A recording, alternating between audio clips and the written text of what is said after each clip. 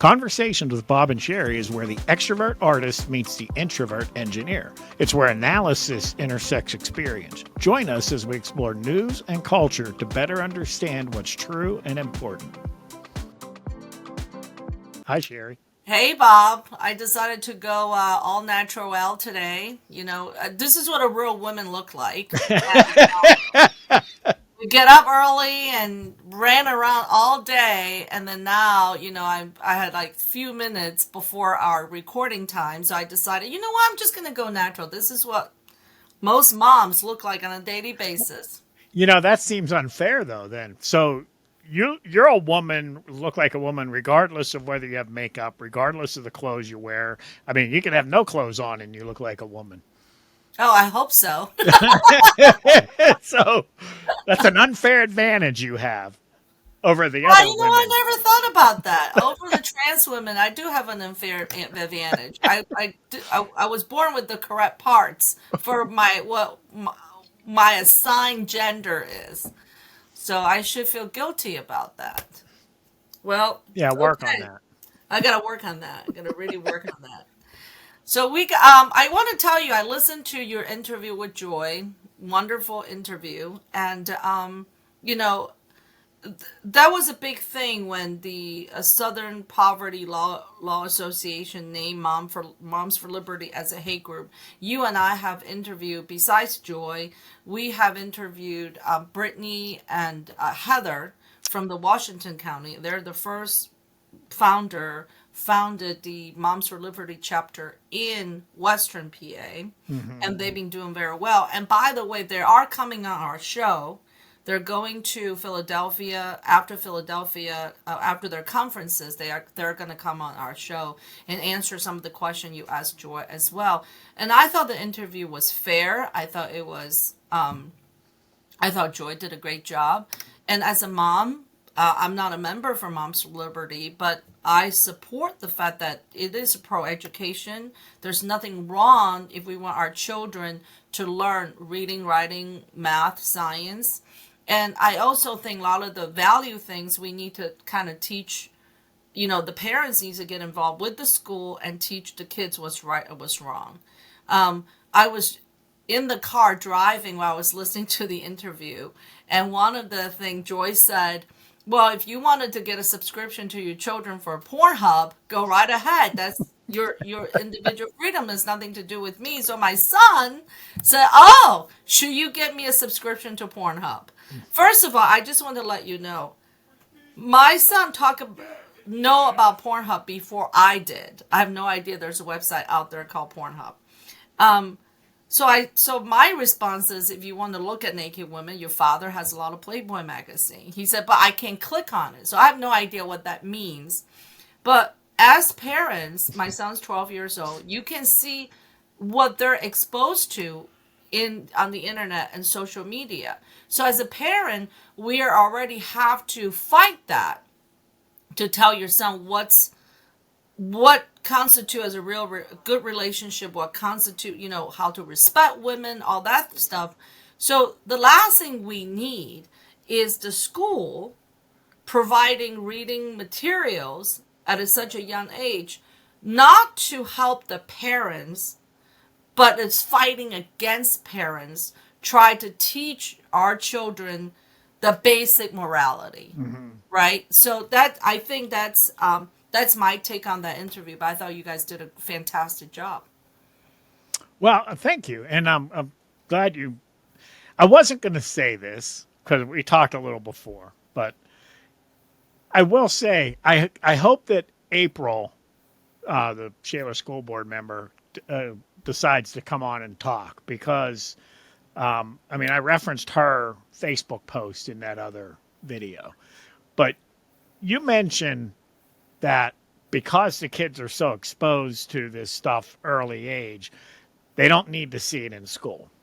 And I can tell you there's a counter argument to that. And this is where I would like somebody, April or someone on her side, to come in and speak intelligently about it.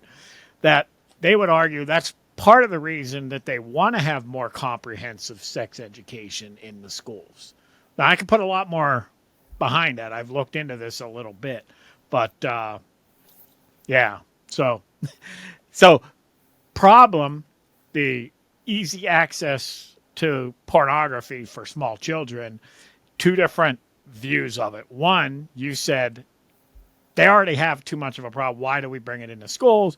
And the counter might be to that, well, if we need to bring something into the schools to help deal with that problem. Now the question might be what? What are you bringing into the schools? Or you bring the school. If I'm reading a book that's given to middle school and make a grown married women blush, that book probably should not be in school. Yeah. If you have a book illustrates two people have sexual activities introducing to these middle school, like we're talking about 12, 13, 14-year olds, right? Yeah. If as an adult you introduce child pornography online, you will be arrested. If you as an adult, if an 18-year-old will have sex with a 14-year-old, that's considered rape of minors. Yeah. Why are we introduce all that to the kids if at the same time, we have, it doesn't make sense. The law says you cannot have sex with a minor. Mm-hmm. The law says you cannot have child pornography. So what are we doing in school?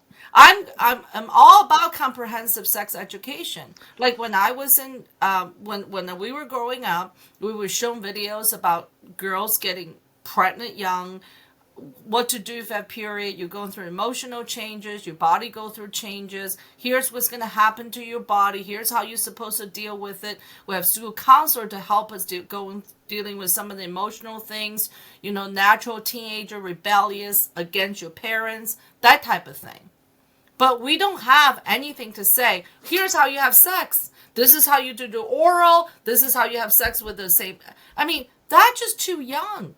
Let the children be children, whether they're going to grow into, grow out of, whatever they are, let them just be kids. That's what I think it should be.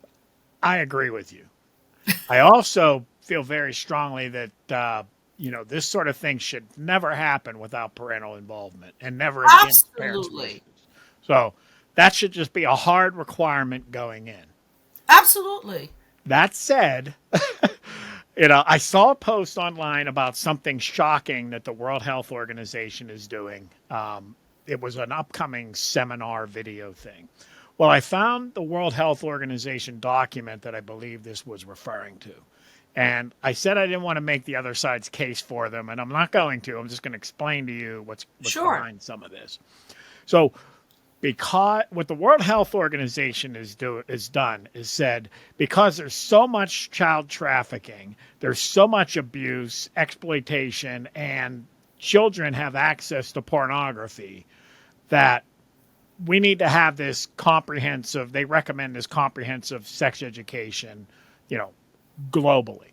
And part of what they're saying is if a young child has better awareness of what sex is, and then they may be better equipped to protect themselves from a predator, from being abused. So, a lot of victims, young victims, when these things start to happen, they have no idea what's happening to them. This is like completely foreign to them. So that's one of the arguments that's one of the things behind this in the schools. But for the materials that I have seen, that does not answer. There's definitely a sexual liberation agenda behind. When you show a graphic illustration of, oral sex, which is X-rated. If you put it on TV, it would be X-rated. Right. And you put that in middle school, even high school, I don't think it's appropriate in that way. So that's one of the arguments. And unless people talk, you never get there. The people that think they're doing good with this stuff, if they say, well, those people on the other side are dangerous, extremists, threat to democracy, blah, blah, blah, we can't even talk to them, then you're never going to solve anything. And that's where we're at now. That's literally the National Democrat Party playbook. We saw it in the last couple of elections, and it's still going on. Everything's MAGA, ultra MAGA, white supremacy, terrorist threat. I mean, it's that sort of rhetoric. It's actually dehumanizing. So it's taking and painting with a broad brush everybody on the right, everybody that's a Republican, and saying they're these bad people that should not be listened to. They're dangerous and they cannot be talked to. Well, I want to go back to the educational part and what the World Health Organization is saying. So I feel like if the young children, whether they understand sex or they don't understand sex, you have a danger now. If their understanding is it's okay to have sex, then where do you stop the age, right? So if you say it's okay to have sex, can a 12-year-old have sex with a 25-year-old? I mean, where are we going to where's the law going to be? Yeah, right? I mean, and then you're going to have problems with teenage pregnancies. You're going to have problems with emotional, physical abuse, because a girl develop a little bit faster. They're longing for something like this. But if you don't have some kind of moral standard to say, look, you can't have casual sex, you need to have sex with somebody more of your age, or you need to grow up for this, that needs to be told. When I was in middle school or high school, there were books out. They're like romance novels in Chinese. So in there, it would talk about two people dating or falling in love, and hand touching, kissing, but it always talks about you stop at some point. It always talks about guys sometimes can control themselves. This is where you have to make a stop. Or in those romance novels, would say if you're a guy, you have to respect the women, not go any further because you're not married, whatever. But those standards, with this type of books being into middle school, those standards in 2-3 years going to go away. Mm-hmm. That's what I think. There's a real danger to this. No matter what, young children should not be exposed to sexual things. Sex education, yes. Sexual, that's a whole different. I got you. I'm with you on that. Right. Now I didn't read this entire document. I mean, I got the gist of what the purpose was, and then I scanned through the different grades and what they thought was appropriate, what they recommended. And yeah, there was a lot of cringe I found in there. But what I came away from, World Health Organization is global. Mm-hmm. Okay? But so the kids and families in Shaler are drastically different than, farmers in Thailand. Or people right. in Africa, these right. other countries. There's a huge, or even Central America. I mean, it's right. hugely different. So you draw a standard that says you're going to look at the worst case of every scenario, and then we're going to teach every kid the same thing. I don't agree. Well, with that. I mean, in India, used to have baby bride, right? People would marry their kids off at 3 years old, 10 years old to a grown man. Mm-hmm. I mean, those are the back then, and they deemed to be wrong now. Well, and then if you go into some African villages back then, what happens is a life expectancy in some of the tropical, less developed world, a man life expectancy is in their mid-40s or early 50s. So they need to get married fast, reproduce, and that. But that has changed with the medical advancement. Mm-hmm. But we are America is a developed country. Right. So it's different. We're civilized, right? We have laws protecting children. So this goes back to, if we cannot allow child pornography online, mm-hmm. we should not allow family nudist camp. We should not allow these type of material going to school. Kids needs to be focused on basics, reading, writing, math. This is a distraction. Mm-hmm. If anything, this is such a distraction. They already have it outside. And yes, parental involvement is very important. Very important. So, but that's There's one other problem I have with this. It's like the CDC never actually told any schools to close. So the CDC puts out a recommendation or a standard or tools, resources, and then the schools look at it and say, we have no choice. We're not scientists. We have to close. So later on, when the children are suffering and there's all these problems, CD goes, we didn't tell the schools to close. Schools go, we didn't make that call. We're not the science. So nobody's responsible. Nobody's responsible. And that's one of the problems I have with something like the World Health Organization. So if I don't know what community, education community or whatever industry this is that's using this stuff, there's never going to be any accountability. No. And we saw the same thing with the intelligence agencies that said that the Hunter laptop had all the earmarks. Yeah. So they knew what that was going to do. They knew by saying that the press was going to report it as Russian disinformation. Right. Okay, but they had deniability. So they took the action that they knew would cause what happened. And then when it comes back and they say, we found out this isn't true, they go, hey, we never told them that was Russian disinformation. We just said it had the earmarks. So nobody's responsible. So we have these powerful organizations having major impact on our lives and nobody's accountable. Well, and we have the right to make our own individual decisions, right? We should. We used to. People pull kids out of school, they put them in a separate school, and and some people decide. It's the same thing with the COVID vaccination. Somebody decide not to take it. It's up to the individual. But when you mention Hunter, but let's look at the recent development that Hunter Biden is proven, right? The FBI has the actual document, is evidence that Hunter and Joe Biden both got paid $5 million each from Ukraine. Proven. But nobody's reporting on it. I'm not sure it's proven yet. So there's a form, a document. So if you go to the FBI and say, hey, I witnessed something, I want to make a statement, issue a report, there's a document that's written up like that. It then would obviously go through an investigation to try to determine proof. From the reading I've done, it looks like that's all they have so far is this document. But the question might be, what have they done? Have they explored it? Have they tried to prove it or disprove it? There are some folks who definitely think it's real.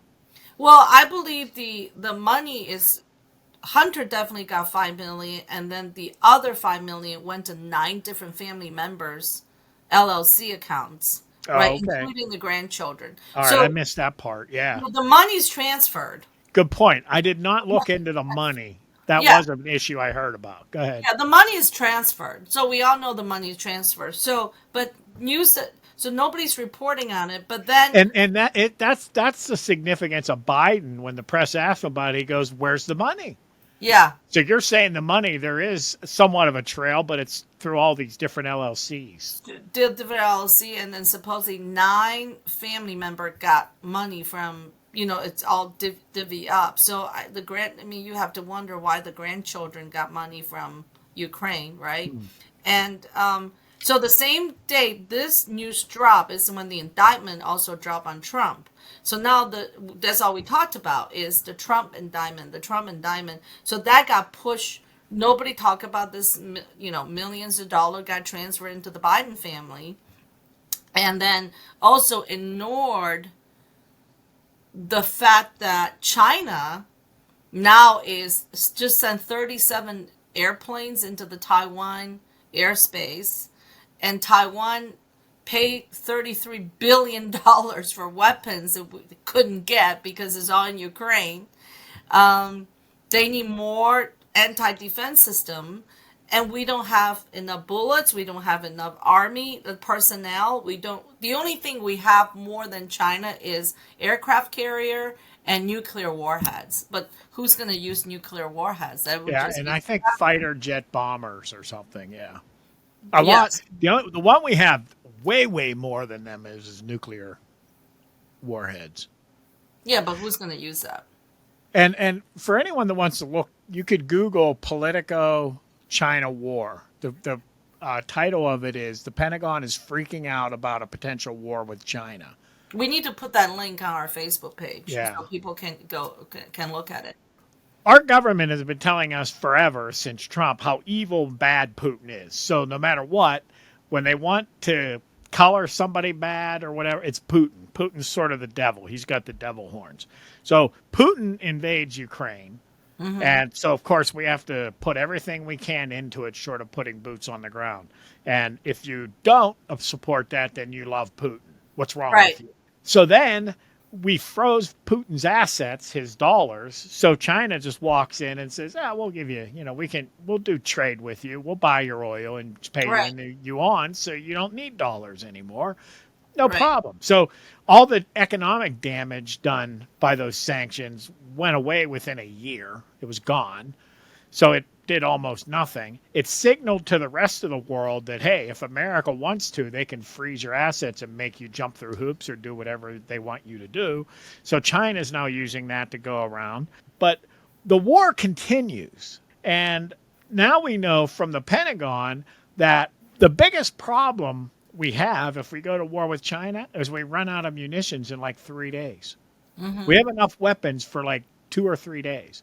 And a big part of that is we're spending so much of it in Ukraine. If I'm China and I say, I want to invade Taiwan, the U.S. is the only country I got to worry about. Let's just keep this, Putin wants my money to buy his oil and everything. Let's just keep this war going. Keep this war going. Let America dump money and ammo into it until the fact that they're no threat to us anymore at all. And now we can just walk into Taiwan and it's ours. Well, and you know that Biden sold some of our reserve petroleum to China. Oh, yeah. So not only we don't have enough, ammo, we also don't have enough oil reserve where Trump built it up. And I just want to tell you, I want to read this conversation. Well, we spent a bunch of that to try to prop up the price too, because to protect Biden's poll numbers. Remember when inflation for the was midterm raging? election. So I just want to tell you, and you were talking about how the other side refused to even listen to us. They just don't want to listen because they just want to believe their decisions right. So I want to. Well, I think there's some of that on both sides, but yeah, I'm still looking for somebody on the other side that I can actually have a talk with. So I want to read you this conversation I had with a friend of mine. Okay, this is actual text message back and forth. This is what I said. I said, I hope the Dems will vote for RFK Jr. And then it comes back to me. The reply is, why? Because he is not qualified. Okay. I said, so my reply is, Biden is really ? And the reply back to me is, Trump is really? I said, no, I'm talking about Robert Kennedy Jr., RFK Jr. He is a Democratic nominee challenging Biden. The reply back to me in bold letter, I don't want to talk politics. Now, if it's not Trump bad, then she doesn't want to talk about politics. Is that what I read, or am I jaded? This is a Democratic voter who does not know who Robert Kennedy Jr. is, who does not know that someone is challenging Biden, who doesn't know their party has other choices besides Biden. This is a person who will go and vote and cast her vote. Now, I'm not just saying this is an example how ill-informed everyday voters are. When they shut their eyes, close their ears, refuse to even listen to the other side, because she automatically assuming, when I say RFK Jr., she automatically assuming I'm talking about Trump. There's not even a T in that sentence. You see what the problem is? Right, yeah.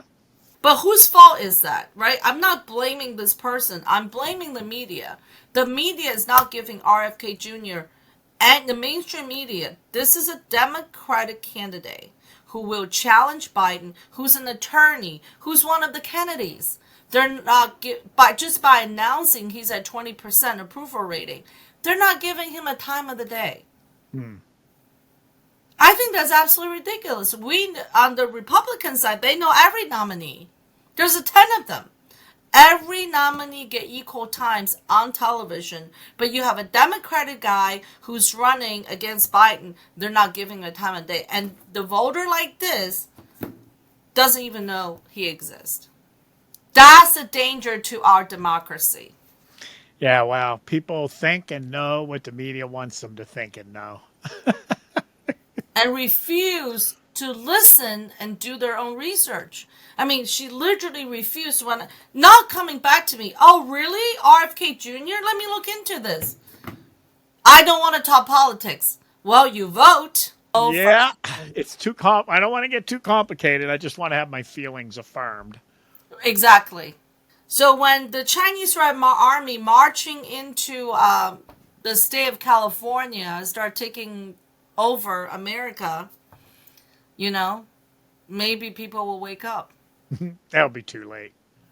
I think it's already too late. I mean, I just heard today, apparently China gave Cuba a lot of money to have a spy station. Yeah. And they're spying us to know about our military maneuvers. And this Belt and Road Initiative, they've been building ports everywhere. And apparently they have the port at both ends of the Panama Canal. Right. So if they want to, they can control all that. They have money in Caribbeans, the Bahamas. I mean, they have America surrounded, basically. Yep. They got Canada too. Trust me, if the Red Army marching in, Canada be waving the Chinese flag. They'll go willingly. They'll go willingly. They'll be like, take me. We're going to let you keep your health care. Right. You'll be fine. You'll be fine. Although they're not going to be LGBT affirming. Actually, they probably would. They probably you guys keep doing that. That's good. They won't let it happen in China. No. This is how the TikTok generation gets created, and this is how America will be destroyed. We're I kept saying we're in a war already, and we're losing. We're losing because ignorant people like that. Well, so this article, there's some really interesting stuff in here, and I haven't even read all of it, but it explains what happened after the Cold War. So the Cold War ended, the wall in Berlin came down, peace now in the world. Communism has been defeated. That was the belief. So we believed we're now in a new era of peace, and we're going to invite China into the World Economic Forum. And once everybody's dependent on each other economically with trade, there's not going to be any wars. That was sort of the attitude. So we de-emphasized the military, walked away, and that's been, sort of this laid-back attitude all the way up to 9/11. I mean, it permeated the U.S., this idea that we're going to be at peace forever. And, of course, 9/11, that became a Middle East thing. That opened up the can of worms for the neocon plan of transforming the Middle East by overthrowing Iraq, by putting a new regime in Iraq and making that a capitalist mecca in the middle of the Middle East. That didn't work out, did it? And right. Here's the thing. Kind of the opposite. I think war is somewhat obsolete. I mean, right. Weapons and a strong military are a deterrent, yes, but you can't win a war anymore. If you go back to World War II, the way to win a war is destroy a country.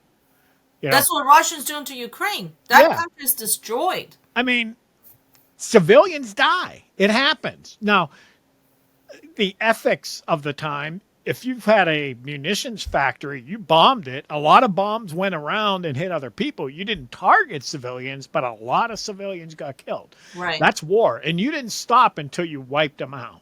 That was how you won a war, or they surrendered. And look what happened in Vietnam. They just kept fighting. They just never go away. The same thing happened in Afghanistan. So we're playing by these rules that you can't be cruel and you got to, you can't target civilians. They hide among civilians. So all of our new war ethic is at a disadvantage, and it's real easy to exploit. just keep us fighting is what they're doing. They don't care how many of They're them keeping die. Americans fighting. They're Yeah. the kids are learning not to love the country. The Yep. kids are learning like, there's right wingers and this and that. We're keeping each other fighting. Right now went from the no longer Black Lives Matter. Right now it's LGBTQISIA. That's a whole another culture fight. So we are trying to get rid of masculinity. Well, when you don't have masculinity in a society, when you lose that, you don't have a strong military. We don't You even have a cannot- national identity anymore. Our kids have been Straight raised to men. think I know America's straight evil. men are shit. I mean, straight men. You guys you can't talk. You can't. I mean, you can't do anything. Well, and the U.S. is bad. Our history is shameful, and so I mean, there is really no national identity. There's nothing left to fight for. And if the Right. Chinese government, if you get into a war with the Chinese government, they don't care how many Chinese people die. No, they don't. They're just and the Chinese people are going to be all gung ho because they have the national identity. They just keep funneling them at you. So imagine Vietnam, except with a very well armed enemy. Vietnam was just numbers. They didn't have all the armament. China's going to be the same thing in numbers, but with massive weapons. China, it's already winning the war in the United States. I mean, we depend on China for everything. I would say 90%. Now we have a culture. Our culture. Yeah, how do you go to war with someone when you can't build weapons? In World War Exactly. II, the U.S. built Provide all a these weapon. weapons, but we had Right. factories and we had factory workers. We don't have any of that anymore. No, we can't even get people to come out. I mean, I was just talking to a bar owner. We were talking how when we're younger, we want to go out. I mean, kids are even too lazy to go out these days. Really? They go out to bars. They're wanna sit online. home. They're They're gaming. online. They're sitting home. I mean, how are we going to fight a war with anybody?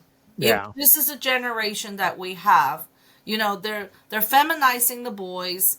They're trying to, no matter how you masculinize the girls, women are women. There's no way. I keep saying my 12-year-old son can carry heavier stuff than I can and my husband can. He's a born boy. You just physically, we cannot compete. So how do you do that? How about the women's soccer team lost to a Ryan Reynolds soccer team, which is a minor soccer team? The world championship got beat really bad by high school boys. And so let's face it, this, you look, if you want to see to build a strong country, look at China. Patriotism, right? Giving people hope, making sure the boys are masculine, making sure the girls are feminine. And we don't have that now anymore. And the real masculine men are afraid to be who they are in this country. It's absolutely insane. All right, so let me counter everything now. This article in Politico. If this is all true, why did the Pentagon let it out? Why would you tell China that we're woefully equipped to fight against them, that we're doomed? Now, I guess you could argue China already knows, but how does this good for the U.S. to let this out of the Pentagon? Well, wait a second. So is it a Pentagon spokesperson said they're freaking out? This is war gaming, war simulations out of the Pentagon. I mean, the title of it is "The Pentagon is freaking out about a potential war with China." So an actual formal spokesperson say this. Well, I need to read it some more, but Yeah, I don't think it's an actual spokesperson say this, and I think it just probably stuff got leaked out because we're in the social media and everybody leaking everything out. It's just like Trump said, the general should not be on TV getting interviewed. We should okay. So if this leaked, then this is worse than anything Trump did with those documents. Absolutely. So where's the outrage? Where's the investigation? There's no outrage. I mean, you have a generation of United States people that the citizens hates this country. And the UFO guy, okay, the guy that supposedly leaked all this. Now he actually, part of classified information is you have different, secret, top secret, but even if they compartmentalize as well. So even if you're top secret clearance, that doesn't give you access to any top secret information. It's all based on a need to know basis only. So they go to all these lengths to control this information and keep it from getting out. For this whistleblower to come out and say what he said, he actually got approval from the Department of Defense to say, yeah, it's okay, you can talk about it. I think it's all the distraction. I think something big is happening. This is nothing but a distraction. It's distracting the public from looking at the real problem we have in this country. Well, so for people to really believe it, because of the guy's qualifications and his background and everything else, let me ask you a question. Why would the Department of Defense tell him it's okay to talk about it? He got clearance, because if he didn't get clearance, he would have been arrested for divulging top secret. Why? Because they want a distraction. They want distraction from all the bad news that's coming out of Biden. I believe this is all like a little game. Here's the thing. Well, hold on. I think it's because it's just not true. You know, I mean, he goes, can I talk about this? They're like, well, if it's not true, then they can't stop him from talking about it. So, because it's not real. well, I don't believe in aliens, but I do believe we have such a huge galaxy. We have a Milky Way. I believe there's another Earth just like ours. Do I believe in life being? And then, I mean, the universe is just way too big. Well, and I think there's other civilizations somewhere. Are they going to come to Earth? No, I don't believe they are. Because first of all, with the mess we're in right now, who the hell wants to come to Earth? Regardless of what you believe, I mean, this was supposed to be evidence that this is all true. We have, our government has the ships. And yeah, one of the interesting things, I listened to the interview, and when they asked him, what about bodies? Do they have bodies? He said, well, you know, when you find ships and you retrieve ships, there's naturally going to be some bodies. He didn't say yes. Right. I mean, I'm a literal, you know, when I'm talking with somebody and I ask a question like that, I want a clear yes or a no, because I felt like what he answered could have meant, well, I did hear that they got the ships, so I'm just surmising that if they got ships, they must have bodies. But it's been reported as a yes, but he didn't give an emphatic yes to that question. So I think it's all just this guy gathering attention, trying to become one of the UFO celebrities. And, you know, because I don't believe the Department of Defense would have let it out if it was true. Well, that's like saying Independence Day is a documentary. Yeah. I mean, that's ridiculous. I don't give any credence to that, because I think there's some real problem we're facing in this country. Yeah. That is huge. And what frustrates me is people don't talk about it, right? People don't want to even touch it.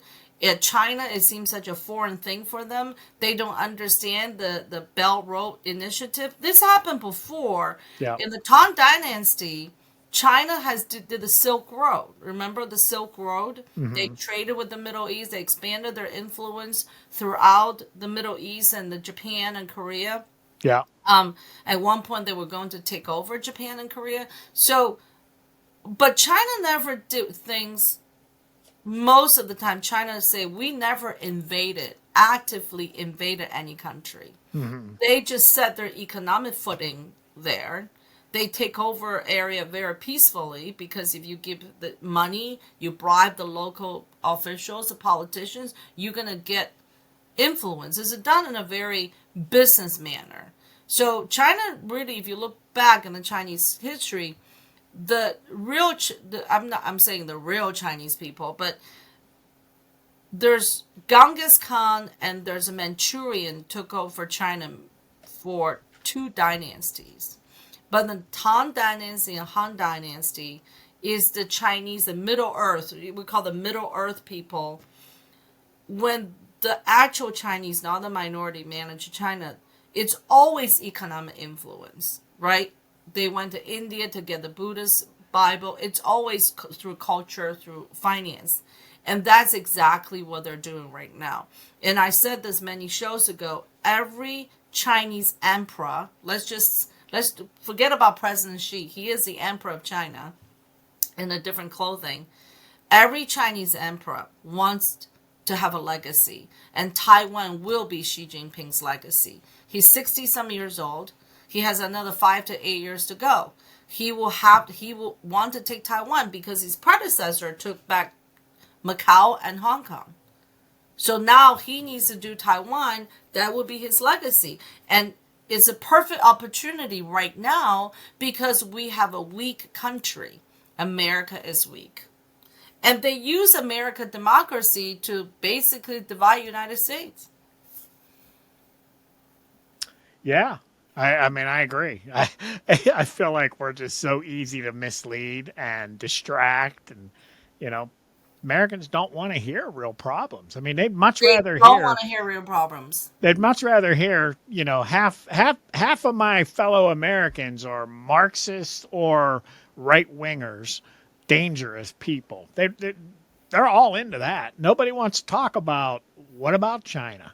You know, what about these threats? You know, what about the government distracting us and not doing what's in the best interest of our economy and for the people?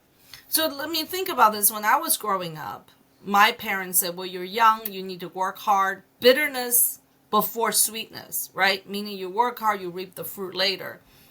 But when I come to this, and you deal with the daily problems. There's problem arrive, you got to solve it. There's problem arrive, you have to solve it. Well, in this country, no matter what problem anybody have, we're going to go party tonight. It's a weekend. I mean, you know. I know. Yeah, let's have a good time. It doesn't really matter to a lot of people. And then when my son was growing, my husband's like, oh, he's only going to be a child one time in his life. Yes, but after 10 years of your life, you're going to look at some real issues down the road. You're going to have to learn how to deal with some real issues, right? Mm-hmm. So you got to start early. Well, the American spirit is completely different. You know, it's all about comfortable and fun. Yes. And, I had an employee, she's constantly broke, okay, and cries all the time. I'm broke. And then I said, okay, I'm going to give you more hours to work. Oh, I can't work this. It's my birthday. I can't work this. I'm invited to a party. I can't do this because I have to go to a concert. I'm like, wait a second. Didn't you just tell me you're broke? Well, she wants the money. She doesn't want to do the work. Right. So it's like, what am I missing here? Like, I went 9 years without taking a vacation.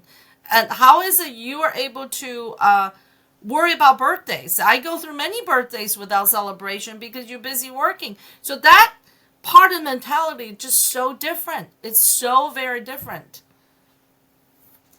And that has to change. Mm-hmm. If that doesn't change, and I believe this country is going down a very doom hill, and it has to hit a bottom at one point, right?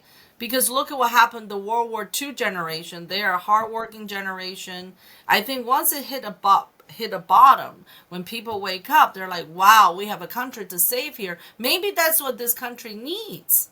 Maybe they need to see what happens. And maybe they need to see like, oh, we're in trouble here. But I don't think they're at that point yet. Is there a stereotype about Asian moms being all negative and? It's not being negative. I think it's being realistic. Of course. It's being realistic because life is hard. Life is not a party. Life is hard. You have to be tough to get through life. You know what? I agree with what you're saying. I do. I agree with the content of everything you're saying. It just seems to be this constant theme. Well, here's the thing. You don't see Asian kids, when they meet adversity, they don't run to drugs and alcohol. Good right? Point. Because you have a mom, I grew up with a mom, just like me, probably even worse, that you understand the concept life is hard. You understand every day there will be problems.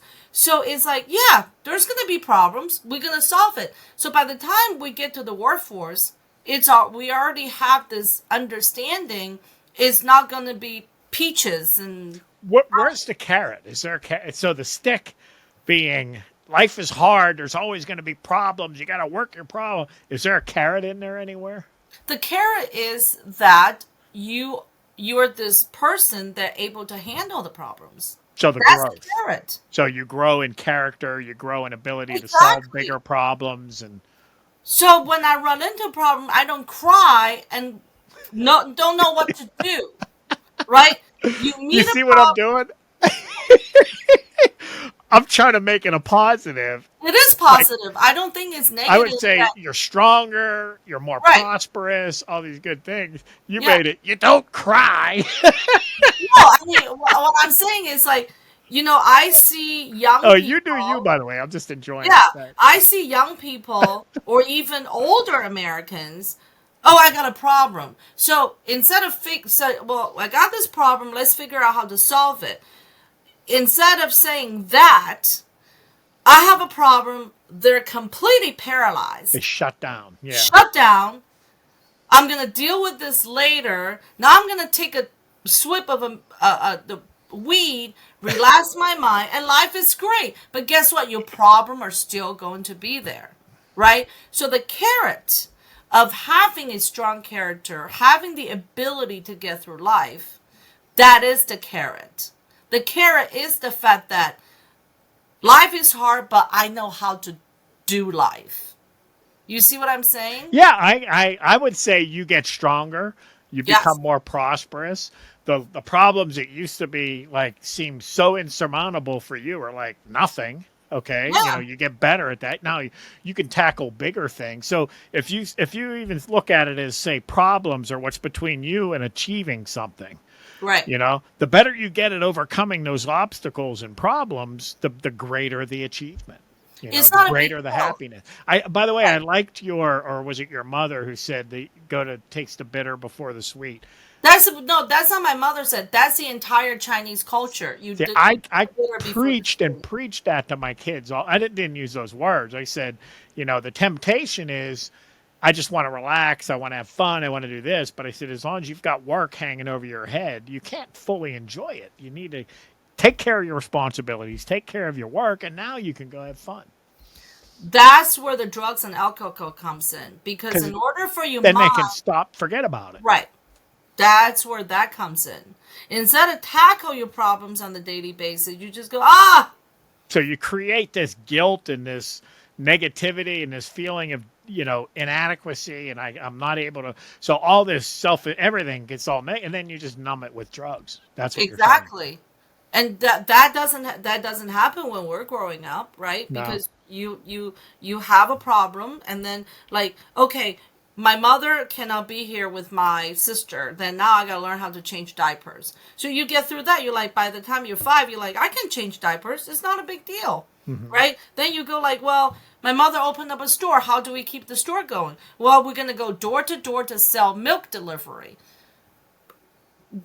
Before you do it is like, how are we going to do this? It's a big task. It's like, okay, my sister, you come with me, you hold the elevator, I go knock on every door. So you get through that. The next big problem, right? Every time then the problem gets bigger, but the way you solve it, it gets easier. Right. And then you know what to do. So the carrot is to know what to do. It's not this like, I'm going to go party and boat ride and weekend hanging out, even though my bank account has $3. That's not a carrot. That to me, that is suffering. Because when you wake up Monday morning, you look back, you're like, oh my God, my old problem's still here. Now I just added more problem to the old problem. Yeah, some of that's the short-term mentality. Short-term pleasure leads to long-term pain. Short-term sacrifice leads to long-term pleasure. Exactly. That's what I say. So this is what I'm trying to teach my son, right? If you think the grind is hard in your 20s and 30s, wait till you hit your 50s and 60s. Well, I gotta tell you, I remember when my dad had a business. He left his job, very good paying job. He had his own business, and so I deliver milk after school. I gotta keep up good grades. I remember the one night I had to study for a test, and then in Hong Kong the test is not like here. It's hard. I have to study for a test. And then my dad's 11:30 at night. He said, "You need to come and help me pack for my trip." I was in the middle of studying a test. I was so mad. I said, "I'm studying this test. You want good grades. Now I gotta stop this to help you pack for your trip. So don't come at me if I don't get good scores tomorrow." This is what he said to me, and I remember till today, and I'm doing the same thing. He said, "Well, if you can't handle this, How are you going to handle the future? Right? This is a problem at hand. Yes, you have to work from 5 to 7. Yes, you got to study for your test. Yes, you got to help me pack for my trip. But I still expect you to get good grades the next day because that's how it is. That kind of mentality helped me going through life, that I don't need drugs and alcohol to get me through life. I just need to get things done. That's it. Preach it. Keep preaching it. Yeah, what's the carrot? Why does the carrot has to be, oh, I'm going to have a great party? Well, I'm going to party all up. I'm saying is it's there. It's there. What you were Yeah. saying, there's a, a prize. There's a reward, a payback in there, but you kept expressing it as a negative. The know? reward It's like, is, instead of saying you'll live, you're going, you won't die. the reward is feeling achieved, right? Yes. And I think what people don't understand, I'm trying to say this. Yeah, I know. The high you get from accomplishing something, it's way better and lasts way longer than the high you get doing drugs and alcohol, right? Yeah. If I took a flower shop, if I leave a venue, if I go into a venue, I take a before picture, I leave that venue, it's beautiful. That is a high, is an achievement. Wow, I did this. Mm-hmm. I made this happen. Yeah. Rather than, I don't have a job, I don't have money, I don't want to go to work, but you know what, I'll just get a little bit of money to get by for today, because tomorrow I have to get up again and figure out what my life is going to be. So I think the positive is like, if you can go through life constantly having accomplished something, constantly having achievement, that become a thing where you want to keep going. Well, I want to achieve more because it's just like a runner. If you beat your own score at 50 meters, you're like, I want to run faster next time. I run faster next time. Then you have something you are chasing. You're constantly chasing a goal. That's way better than chasing that feeling with drugs and alcohol. This is why so many young people develop mental illness, because they don't have anything to go chase, to live by, or something they want to accomplish. Set yourself a goal. Like I said, 3 years, 5 years. When you and I set up for this show, we had a 3-year plan, right? Then we constantly modify it, challenging ourselves, doing something different. Well, that's a wonderful thing to do, rather than just doing nothing. Absolutely. Yeah. Or smoking weed going, how come I can't go viral? Right. How come that guy gets viral? Right. Always looking at somebody, always go, I always say, I don't want to hear coulda, woulda, shoulda. Just see what's happening now and deal with. That's the thing. I think that's important for kids. Have you read the Trump indictment? No. I read it. And? What is that? The bad things that are alleged in there sound so Trump-like. They seem like they're true. Oh, I think the prosecution for Trump, if I write it, you talk too much. I'm conflicted.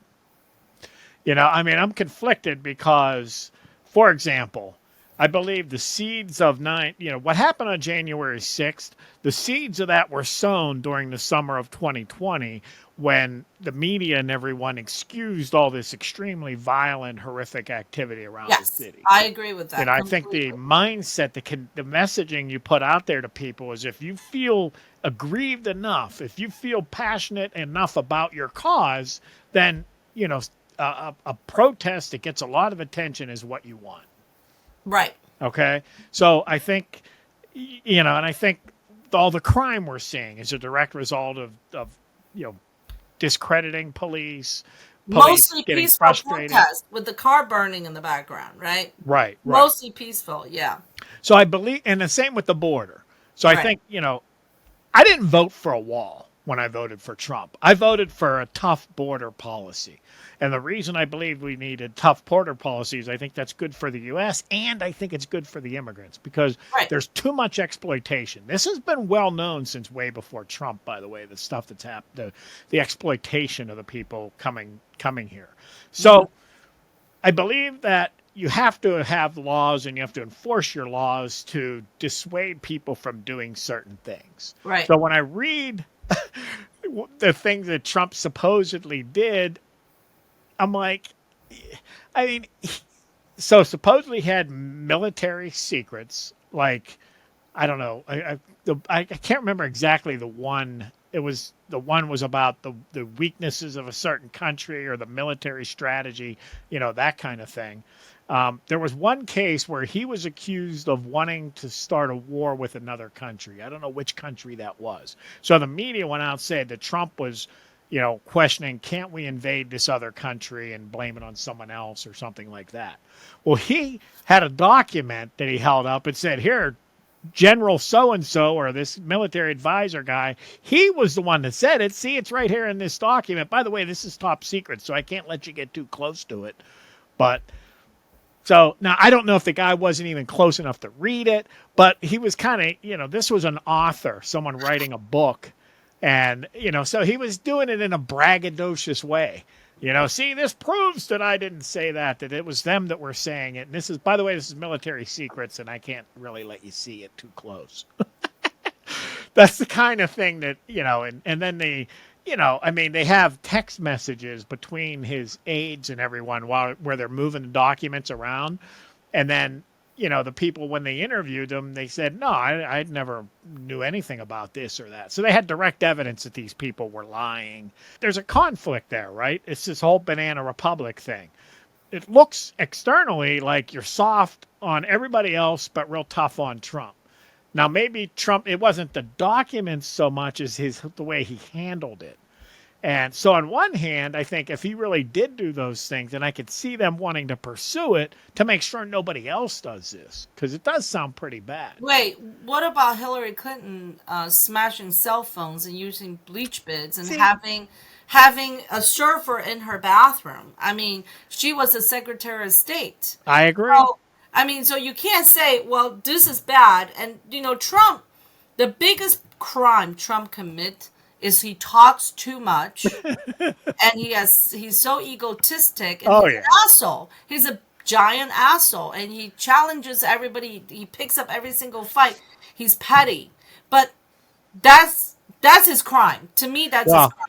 And by the way, Alan Dershowitz said that's probably going to be his part of his defense, to say, that document I didn't really have that document. He just lied about it. Trump, he lies all the time. He's braggadocious. He's braggadocious. The thing is, the people that voted for Trump. I can point to CNN and these news organizations citing that Trump lied 60,000 times. That's evidence. Look, the guy lies. You can't believe it. He wouldn't let them see the document. They don't know if that's really what it was. I think that's what part of his defense is going to be. Yeah, if he would have talked less and be more statesman-like, his policies are great. So the difference is the people that voted for Trump, like us, we know we know what we got. Right. We understand. We don't look at Trump going like, this guy is a freaking angel. He's perfect. But the thing is, it is two different justice, right? For two different parties. Yeah. So if you're a Republican, you better walk on eggshell, making sure everything you do is right. And Democrats say, whatever. Do whatever. You can bleach bit, you can smash in cell phones after they tell you to preserve evidence. Yeah. Right? I hear you. I agree. You can argue all you want. History tells us but there's a possibility here. It seemed like when Biden got caught with his documents, he said, hey, go get them, whatever you want, take them. I don't really care. Trump tried to hide them and things. So, if Trump had just surrendered everything immediately when they asked for them. I think there's an egotistic thing. I think Trump is. For my document, he's like trying to be this. Yeah, he should have just said, take them all. But so, if you're, let's say, and I don't I'm not a fan of the FBI these days. Okay, I have a lot of suspicions about them anyway. But just if you're the FBI, you say, Mhm. okay, on one hand, we don't want to allow bad behavior to go unchecked because that'll tell other people they can do it. So when a politician, generally like Biden, cooperates and says, well, hey, hands off, go get them. You can have everything that's there. I screwed up, whatever, take it. They're like, well, okay, so if we pursue that, maybe it looks like the Banana Republic kind of thing. But if they do all the things that Trump did to try to hide them and prevent sending them in and things, maybe that kind of forces their hand. But I'm with you on Hillary too. I mean, that seems real shaky. And then the whole Russia collusion, that was all made up by Hillary. So Yeah, what about when Biden says, "Yeah, I'm not gonna give you $1 billion unless you fire this prosecutor who's investigating mhm. Burisma." What he said that in public. That's a very egotistic thing to say. He's holding up the foreign aid. So then this prosecutor, he's asking another country to fire a prosecutor using $1 billion as a pay to play. So what Mhm. about that? I mean, if you want to look at what the politicians have done, there's so many of them that Yeah. they could be charged on. What about Bill Clinton lied about Monica? Yeah. What's the definition is, right? Yeah. Famously. I mean, I love Bill Clinton, but still. So it's like, You love if him. you, I do. I mean, I He think actually looks pretty good now by today's he standards. doesn't look good now. He looks like an old grandma. But what No, I'm no, I saying, mean as a president. oh, as a president, yeah, he was fantastic. He looked great. So and then, and I'm not talking about his physical appearance, but go oh, on. Obama locked up 1 million documents in his library. So what makes the FBI want to go get certain documents, not to get certain Well, documents? that's where they end up. So, the National Archives take these documents when they leave, and then when they build a presidential library, Oh, they go there. I think they scrub through them, and whatever is seriously sensitive goes back to the Department of Defense or whoever, and then they go into their library. So So ultimately, they end up in the presidential library. I feel that if this was President Obama, and they say I don't want to give you a certain document, they would have just be like, yeah, you keep it. But Well, because it's Trump, you can do whatever you want with Trump. Trump represents the white, privileged, straight white men in this country. He is the target. mhm. So he's going to get all the prosecution for all the straight white guys in this country. What about Biden? I mean, he's an old straight white guy too. But here's what I think. Okay. Biden is gone. Biden represents straight white privileged senior citizen who has dementia. So we're going to leave him alone because he doesn't know what the heck he's doing anyway. Let's say the very politically involved, your average, and I'm going to use a term that sounds bad, but I don't mean it to be a insult. Call that the rabble.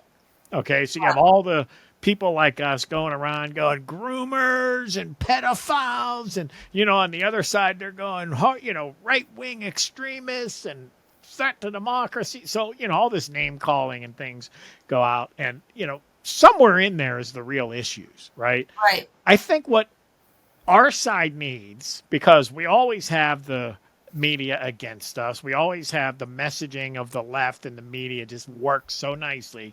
We need someone who's a credible, intelligent, sober spokesperson, a leader. Trump isn't that. Trump's a bull in a china shop. He'll go in there and do it Trump's way. But, Ron DeSantis has that quality.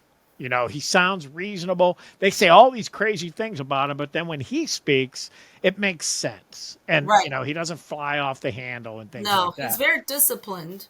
And Vivek Ramaswamy is like that. I yeah, mean, we you have a lot watch of great spokespeople. watch his John Stossel interview. I watched the whole thing. Man, is he now there's a few areas where I thought he didn't answer too great, but generally speaking, he really commands the issues, and I think he presents it in such a positive way.